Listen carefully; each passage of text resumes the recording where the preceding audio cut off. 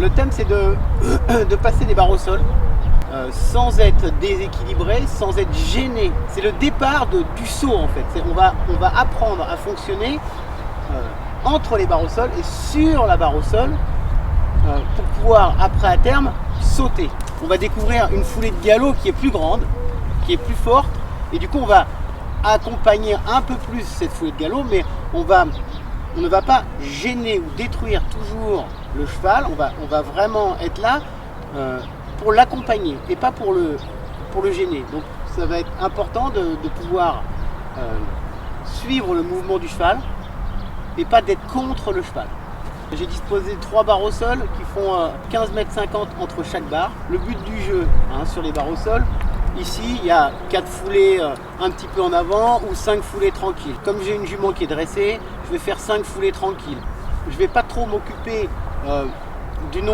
des foulées qui est à l'intérieur, si elles sont plus courtes, plus grandes ou plus petites, mais je vais m'occuper vraiment de moi, donc de ma rectitude au milieu, d'accord, par rapport à ma stabilité sur mes 2 étriers, ce qui est important, de ne pas se retrouver à plus charger un étrier qu'un autre, parce que plus je vais charger un étrier, par exemple l'étrier gauche, plus mon cheval va partir vers la droite, donc à l'inverse. Ça fonctionne comme un ballon dans l'eau en fait les chevaux.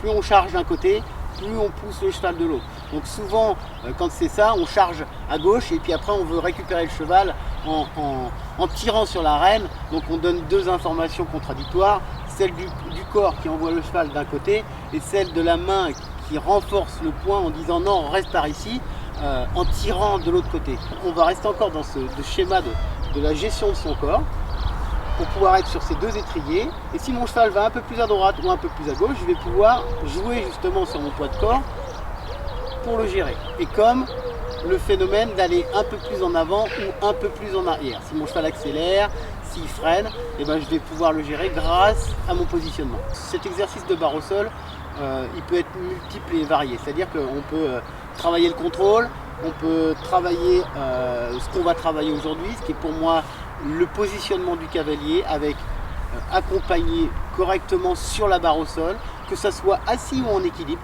pas se retrouver avec des à-coups dans le dos ou dans la bouche du cheval, pour vraiment libérer son corps pour pouvoir bien accompagner. Et après ce style de barre, on peut faire tellement de choses sur ce style de barre que ça sera d'autres exercices à faire à terme. Tant que nous ne sommes pas capables de gérer notre équilibre ou de bien gérer les barres au sol, aller sauter, c'est un peu idiot. Il faut déjà, parce qu'on peut se faire peur. On va avec le saut vouloir s'accrocher à la bouche ou avoir des pertes d'équilibre, se faire peur et même peut-être faire mal au cheval. Donc il est important de déjà gérer les barres au sol, se mettre des parcours de barres au sol, pourquoi pas, et après, une fois qu'on gère les barres au sol, commencer à sauter. Le cheval, à l'âge de... Moi, quand ils ont 3-4 ans, je commence à leur apprendre à passer des barres au sol. Bien droit, bien au milieu.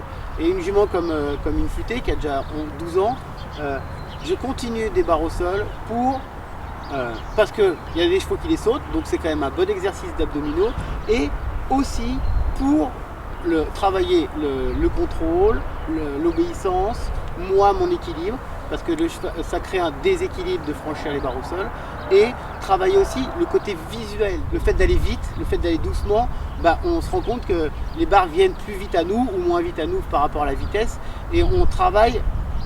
Ça nous permet de travailler notre œil par rapport à la vision de la barre au sol, et ça nous permet d'éviter de sauter de trop avec les chevaux et de les économiser.